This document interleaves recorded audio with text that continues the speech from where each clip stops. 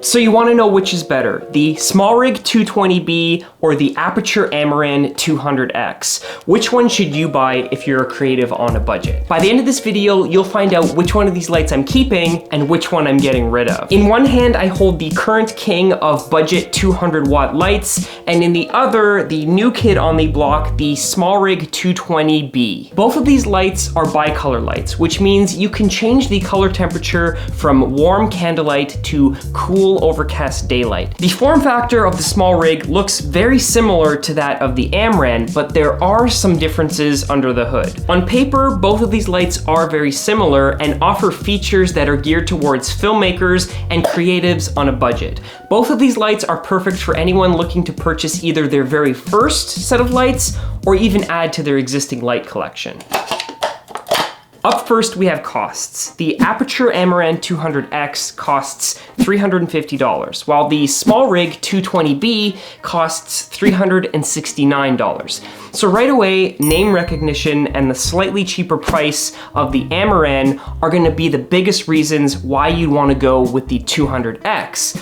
But does the Smallrig offer enough features to justify the extra $20? The biggest difference is that the Smallrig comes with a padded carrying case, whereas the Aputure doesn't. Instead, the Aputure comes with a standard retail box that might be good for some short-term storage, but isn't really designed for anything long-term. So already, this is gonna be a big win for the Smallrig. The next difference is size, and while both of these lights kind of look like they could have come out of the same factory, the Smallrig is actually a few centimeters longer and taller, which means if you're extremely tight on space for travel or storage space, the Aputure might be the better choice. So a slight advantage to the Aputure when it comes to size. One thing to note is that the power adapters are not interchangeable between brands. They have slightly different power ratings, and if you look closely, the Smallrig adapter actually has slightly higher wattage, which is evident in the fact that it is both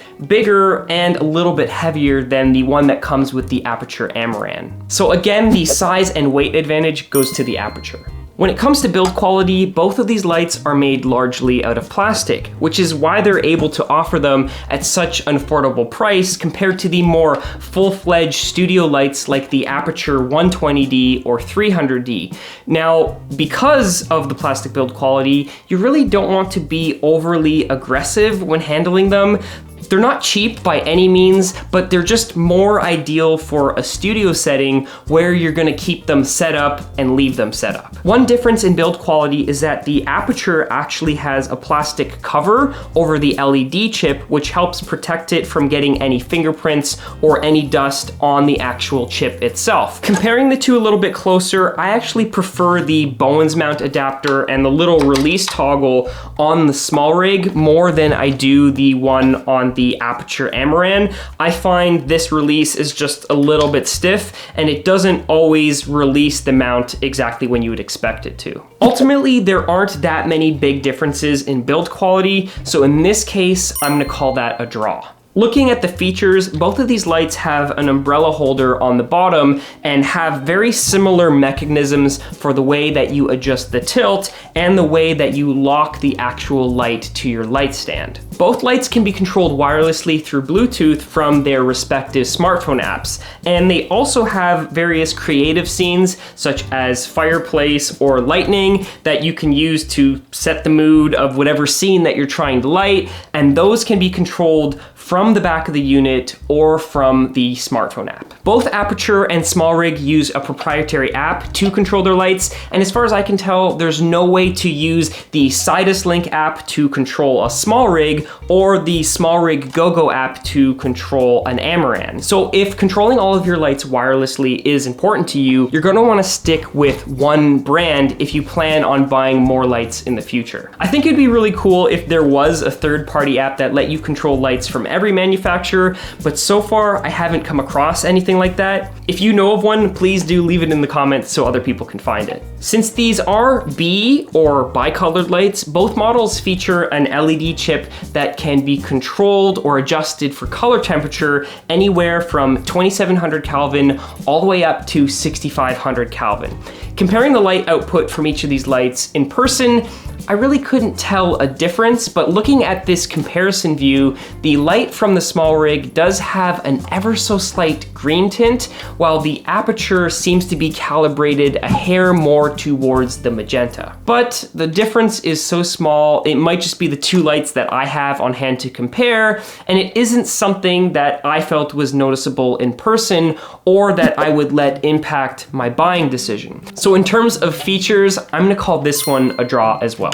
Finally, when it comes to brightness, this is where the Smallrig does come out on top. On paper, the Smallrig is a 220 watt light compared to the 200 watts of the Amaran, and it has a light output of 84,500 lux measured at 1 meter away from the light source, compared to the Amaran, which says it only has 51,600 lux at the same distance. Now, this may sound like a huge difference, but in testing, here's what that actually looks like. And I did these measurements at a 1 meter distance, so it should be comparable to what the specs are on the paper. And for this sample footage, I'm using the included reflectors that come with each of the lights, which causes the beam to be more focused. In practice, you might be using a softbox or a different sort of modifier. I personally don't use reflectors, but they come with the lights, and that's how the measurements are on the spec sheet. Unfortunately, I don't have a light meter to take any actual readings, but what I did do was set my camera's exposure up for the Aputure and then swap the lights and kept all my camera settings the same so that you're getting a one-to-one comparison. Reading the waveform, the Smallrig does have an ever so slight advantage, but it's really not as much as you would expect based on the specified light intensity that Smallrig claims versus the light intensity that Aputure claims. So I don't know if Smallrig is over-exaggerating their numbers or Aputure is under-exaggerating, but really you can purchase either of these knowing you're getting a very similar light output. Both of these lights have the same color rendering index, or CRI, of 95, and have built-in fans to keep them running cool. I did find the Smallrig fan would turn off more at lower brightnesses, whereas the Aputure fan, once it came on, would kind of just stay on. Now, if I had to guess, I would say the smaller size of the Aputure means that there's probably less area for the heat to dissipate, and therefore that's why the fan is staying on, but that's just a guess. Okay, so tallying up all the points, that leaves us with a dead even tie.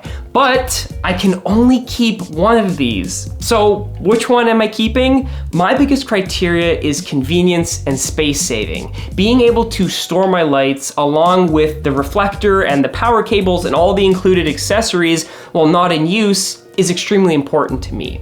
If I keep the Aputure, it means that I have to hunt down a dedicated carrying case, and for sure that's gonna cost more than the $20 difference between the two of these lights. And that's the main reason why I'm gonna be sticking with the Smallrig. If you haven't already heard, Smallrig actually launched a whole new series of lights, including softbox accessories and the 120B and 120D models, which I reviewed here. Those models are 120 watt lights and still very bright, but almost $100 cheaper than both of the lights I reviewed in this video. So go ahead, check out that, and if you need any links for any of the products mentioned in this video, you can find them in the description below.